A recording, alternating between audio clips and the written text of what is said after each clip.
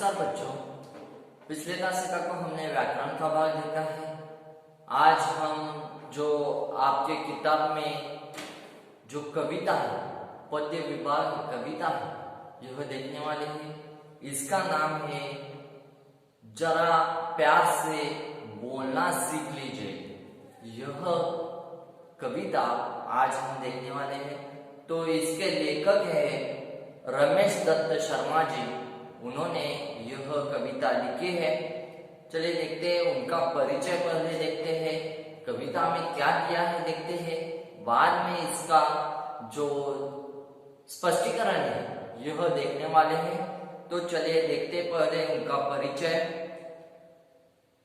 शर्मा जी 50 वर्षों से पत्र पत्रिकाओं, रेडियो और टीवी के माध्यम से वैज्ञानिक दृष्टिकोण का प्रचार प्रसार करते रहे। आपको विज्ञान लेखन में दर्जन से अधिक पुरस्कार मिल चुके हैं। आप कक्षा 7वीं 8वीं से ही स्थानीय मुशायरों में चर्चा जलेसरी के नाम से शिरकत करते लगे थे। यानी कि इसमें उन्होंने 7वीं 8वीं में ही अपना लिखान शुरू किया था। उन्होंने कविता करते थे 7वीं 8वीं में ही वो उनका यह परिचय दिया है। इस कविता में क्या दिया है कि कवि दत्त शर्मा जी, रमेश शर्मा जी क्या कहते हैं कि प्रस्तुत गजल के शेरों में शर्मा जी ने प्रेम से बोलना, सही समय पर बोलना, बोलने से पहले विचार करना, आत्मनियंत्रण रखना, मात्र मधुर भाषी होना आदि गुणों को अपनाने के लिए प्रेरित किया है। आपका मानना है कि हमेशा ओट सीख कर बैठना उचित नहीं है। आवश्यकता अनुसार आक्रोश प्रकट करना भी जरूरी है। यानी कि इसमें अपनी बोली जो है, बोली भाषा है, इसमें मधुरता चाहिए और इसमें जो आत्मनियंत्रण है यह भी चाहिए और संयम भी चाहिए बोलने का। और बोलते समय अच्छी बात ही करनी चाहिए, जो क्रोध से, यानी कि क्रोध भी आना चाहिए। ऐसा नहीं कि अच्छी बातें बताकर हम क्रोध नहीं दिखा सकते, पर क्रोध भी आना चाहिए, यह आना ही चाहिए। तो इसमें जो भी हमें घटनाएं हमें पसंद नहीं है, इस पर विचार करके वहां बोलना भी चाहिए और यह गलत है यह कहना भी चाहिए। ऐसा इस कविता में उन्होंने आपको 8वीं कक्षा के जो छात्र है इन्हें बताने की कोशिश की है। यह गजल है, इसमें जो भी उन्होंने लिखा है अच्छी तरह से लिखा है। आज हम देखते हैं कि कोरोना से जो लड़ रहे हैं या लड़ रहा है हमारा जो देश है, यह देश लड़ रहा है। इसमें जो कठिनाइयां आ रही है इसमें हमें संयम रखना चाहिए और जो भी नियम है उसे हमें पालन करना चाहिए, उसका पालन करना है और अच्छी तरह से हमें इस कोरोना को हराना है। इसलिए यह गजल या कविता हमें अच्छी तरह से समझनी चाहिए और इसका जो अर्थ निकलता है यह हमें ध्यान में रखना है। तो चलिए देखते हैं कविता। वाणी में शब्द बोलना सीख लीजिए, जरा प्यार से बोलना सीख लीजिए। चुप रहने के यारों बड़े फायदे हैं, जुबा वक्त पर खोलना सीख लीजिए। कुछ कहने से पहले जरा सोचिए, ख्यालों को खुद तोलना सीख लीजिए। तू तड़ाक हो या फिर हो, तू मैं, अपने आप को टोकना सीख लीजिए। पटाखे की तरह फटने से पहले रोशनी के रंग घोलना सीख लीजिए। कटु वचन तो सदा बोते हैं कांटे, मीठी बोली के गुल रोपना सीख लीजिए। बात बेबात कोई चुभने लगे तो बदलकर उसे मोड़ना सीख लीजिए। एक किसने कहा ओट सीख कर ए बैठो, जरूरत पे मुंह खोलना सीख लीजिए। वाणी में शहद घोलना सीख लीजिए, जरा प्यार से बोलना सीख लीजिए। यानी कि अच्छी तरह से यहाँ लेखक ने, रमेश शर्मा जी ने लिखा है कि अच्छी तरह से, जरा प्यार से, यानी की मराठीत आपण त्याला काय म्हणू की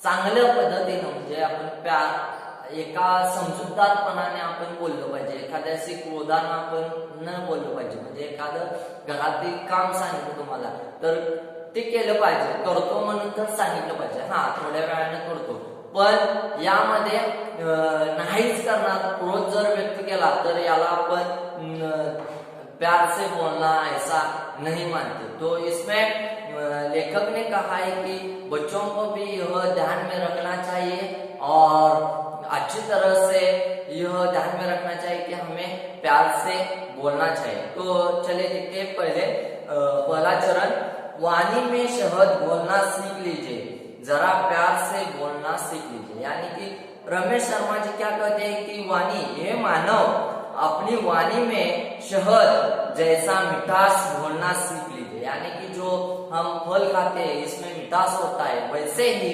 हमें हमारे मुख पर एक मिठास चाहिए, बोलने में मिठास चाहिए, प्यार चाहिए।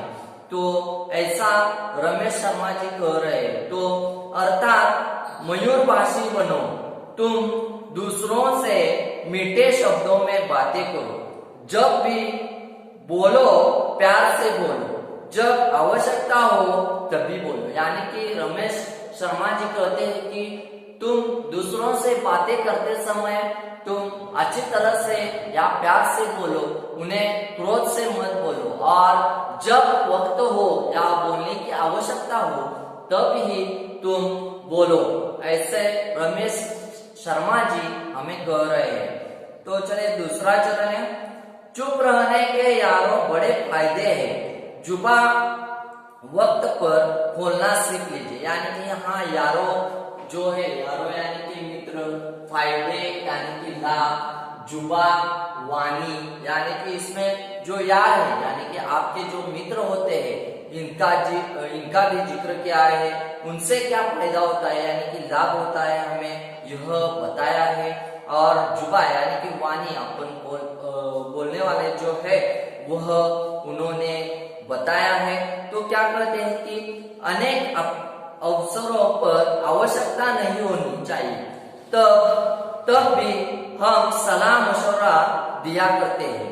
दोस्तों, तुम रहने के अनेक लाभ है, यानी कि दोस्त हमारे रहने के अनेक लाभ है। यानी कि आज हम देखते हैं कि कोरोना में हम भी मित्रों से जो कोरोना होता है उनके घर में नहीं जाते, पर फोन से हम बातचीत कर सकते हैं, पर फोन से हम उनकी खुशहाली जानते हैं और उन्हें एक प्रोत्साहन देते हैं कि तुम ठीक हो जाओगे, अच्छे हो जाओगे।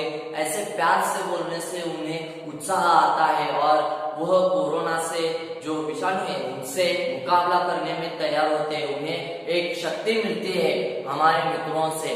तो ऐसा इसमें उन्होंने कहा है कि मित्रों से बहुत फायदा है। तो इसमें ऊर्जा बचत है, यानी कि अनेक फायदे हैं, ऊर्जा बचत होती है, समय बचता है। उस ऊर्जा और समय को किसी सकारात्मक कार्य में लगाया जा सकता है। यानी कि हमें जब भी बोलने का कोशिश करते हैं या समय हो बोलने का तभी बोलना चाहिए, तभी ही आपको उसे उत्तर देना चाहिए। बाकी जो हमें उत्तर देना है तो इसमें हमें बोलना नहीं चाहिए। तो लेखक कहता है कि हमें उस समय जो ऊर्जा हमारी खत्म होती है यह हमें ध्यान में रखना चाहिए। समय हमारा बर्बाद होता है, वहां समय का जो है हमें समय की बचत भी करनी चाहिए। ऐसे दूसरे चरण में रमेश शर्मा जी कह रहे हैं। तो तीसरा चरण है, कुछ कहने से पहले जरा सोचिए, ख्यालों को खुद तोड़ना सीख लीजिए। यानी कि ख्यालों यानी कि विचार को लेखक ने अच्छी तरह से यहाँ बताया है कि जो कुछ कहने से पहले जरा सोचिए। यानी कि लेखक कहता है कि आप जो बोलते हो, यारों से बोलते हो या हमारे परिवार से बोलते हो, तो किसी से भी बोलने से पहले हमें वह बोलने वाले व्यक्ति से जो आता है उस पर विचार सोच कर हमें बोलना चाहिए और वही उत्तर देना चाहिए। तो क्या कहते हैं कि किसी को कुछ कहने से पहले अपनी बात पर विचार करना और फिर बोलना सीखो। बोलने से पहले अपने शब्दों को तोलने की आदत बनाओ। यानी कि जो बोलते हैं, हम भी आजकल किसी को ही क्या ही बोलते हैं, तो इसमें बोलते समय हम उसका जो ख्याल है यानी कि सोच है वह नहीं करते, वह कुछ भी आता है होठों पर वह बोल देते हैं और वहां पर झगड़े भी हो सकते हैं। तो इसलिए लेखक कहता है कि हमें यह सब रुकवाना है, तो हमें अच्छी तरह से प्यार से बोलना है और जब भी वक्त हो तभी बोलना है। तो इसमें लेखक कहता है कि जब भी वक्त हो तब भी बोलना है और बोलते समय हमें विचार करके बोलना है, यानी कि ख्यालों से, यानी कि विचार करके ही बोलना है। तो अच्छी तरह से रमेश दत्त जी ने यहाँ लिखा है। तो बच्चों चौथा चरण हम देख रहे थे, तू तड़ाक हो या फिर हो तू मैं अपने आप को टोकना सीख लीजिए। यानी कि टोकना यानी कि रोकना। तो यहाँ पर रमेश शर्मा जी कहते हैं कि जो भी हम बोलते हैं सोच समझकर हमें बोलना चाहिए, उसका विचार करके हमें बोलना चाहिए। मित्र हो या परिवार में हो, हमें अच्छी तरह से सोच समझकर बोलना चाहिए। तो इसमें हमें जो भी उत्तर आता है यानी कि जो भी हमें सवाल पूछता है उनका जो भी हम उत्तर देते हैं, इसमें हम सफल होते हैं। अच्छे प्यार से बोलने से लोगों में अच्छा बनने की कोशिश हम कर सकते हैं। तो इसमें लेखक ने अच्छी तरह से यहाँ पर कहा है और वह कहता है कि ऐसे न हो कि आपकी बातें सामने वाले को दुख पहुंचाए। यानी कि जो सामने वाला हमारी जो बातें सुन रहा है उन्हें दुख पहुंच सकता है। तो हमें जो भी बोलना है अच्छी तरह से बोलना है, प्यार से बोलना है और जो उन्होंने कहा है वही बोलना है। तो इसमें हमें बोलने की भी जो ऊर्जा होती है वह भी हमें रुक सकती है या इसमें समय भी हमारा बच सकता है। तो ऐसे रमेश शर्मा जी ने इसमें अच्छी तरह से हमें बताया है। इसलिए यदि बातचीत के दौरान वैचारिक मतभेद हो, एक दूसरे पर आरोप प्रत्यारोप की स्थिति उत्पन्न हो, तो अपने आप को टोकना या चुप रहना चाहिए। यानी कि हम मित्र या हमारे घर में जो भी बातचीत करते वह सोच समझकर हम बात नहीं करते, यही ऑटो पर आया तो हम बोल पाते, तो इसमें हमारा झगड़े हो जाते। और इसमें जब भी झगड़ा हो तो हमें चुप रहना चाहिए और इसमें जो विचार करके यानी कि जो हम बोल गए हैं या परिवार या मित्र को बोल गए, इसमें विचार करके उससे माफी मांगनी चाहिए या सही हो तो सही है ऐसा उसे कहना चाहिए। तो इसमें लेखक कहता है कि यह भी हमें ध्यान में रखना चाहिए बोलते समय कि जो भी हम बोलते हैं इसमें झगड़ा या कंटेंट ना हो, इसके हमें न हो, इसलिए हमें बोलते समय अच्छी तरह से बोलना चाहिए।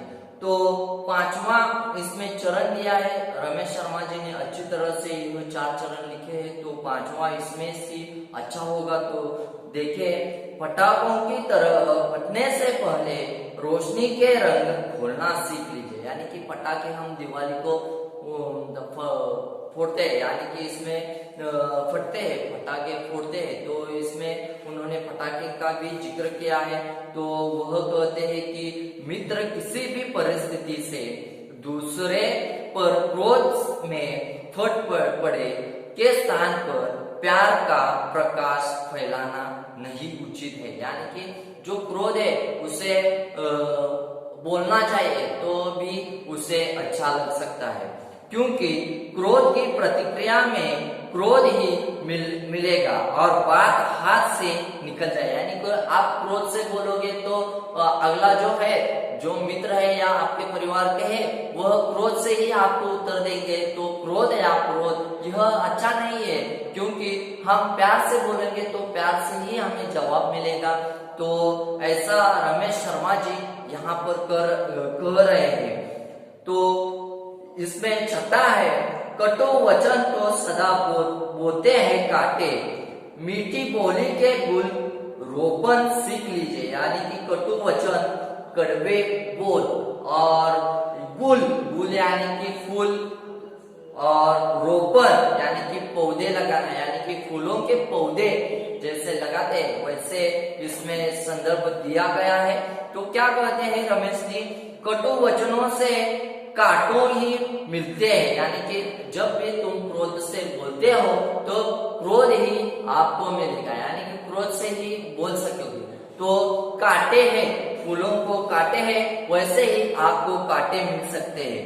तो यहाँ अच्छी तरह से उन्होंने लिखा है, अतः कटु वचनों का त्याग करके मीठी बोली रूपों फूल के पौधे लगाओ। यानी कि मीठी यानी कि प्यार से बोलने से फूलों का जो पौधे हैं, यानी कि आप फूल देते हो तो अच्छा लगता है आपको, वैसे ही आपके जो लोग हैं या मित्र है, परिवार है, आपसे प्यार से बोले तो आपको अच्छा लगेगा या क्रोध आएगा अच्छा ही लगेगा।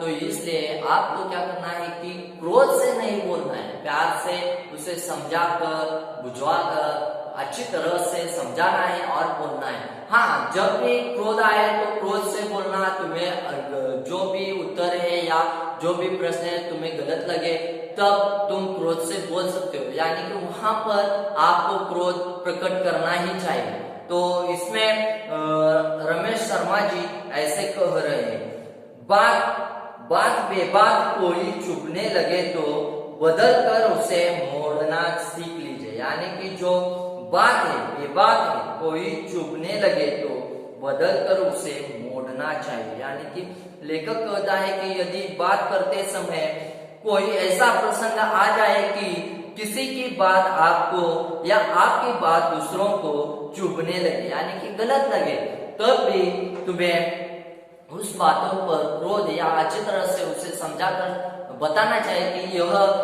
तुम बता रहे हो यह गलत है, तो यह गलत है, ऐसा उसे कहना चाहिए।